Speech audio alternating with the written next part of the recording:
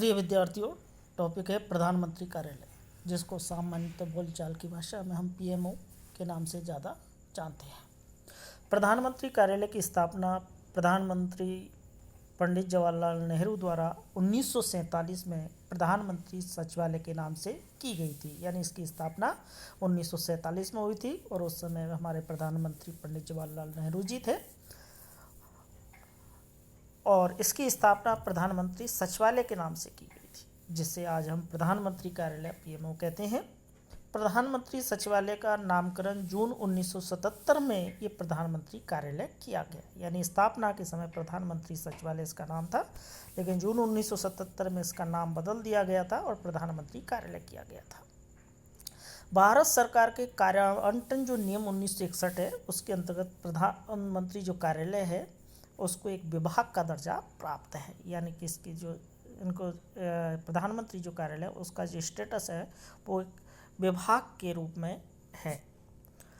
प्रधानमंत्री कार्यालय का जो संगठन है उसमें सबसे ऊपर प्रधानमंत्री होते हैं, उनकी सहायता के लिए राज्य मंत्री, फिर प्रशासनिक प्रमुख के रूप में प्रधान सचिव होते हैं और इसके अलावा इसमें मीडिया सलाहकार, अतिरिक्त सचिव, राष्ट्रीय सुरक्षा सलाहकार, कार्य निष्पादन प्रबोधन इकाई, राष्ट्रीय तकनीकी अनुसंधान संगठन, संयुक्त सचिव, निदेशक, विशेष अधिकारी, उप सचिव और अन्य सहायक कर्मचारी हैं वो कार्य करते हैं। अब देखिएगा प्रधानमंत्री कार्यालय के कार्य कौन कौन से हैं। तो नंबर 1 है प्रधानमंत्री को उनके अधीन विभागों या मंत्रालय के कार्यों के निस्तारण में सहायता देना। यानी प्रधानमंत्री जी के अंडर में जो विभाग या मंत्रालय होते हैं उनके कार्यों के निस्तारण में सहायता देने का कार्य है वो पीएमओ द्वारा किया जाता है। दूसरा कार्य है कार्यविधि नियमों के अंतर्गत प्रधानमंत्री जी को प्राप्त सभी जो कार्यों तथा उत्तरदायित्वों से संबंधित जो प्रकरण है उनका निस्तारण करना।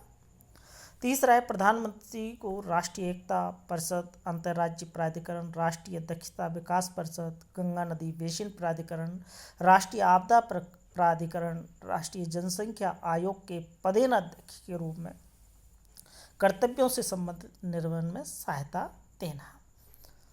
अगला है प्रधानमंत्री की यात्राओं, दौरों, अतिथियों का सत्कार और जनसंपर्क से संबंधित कार्य करना।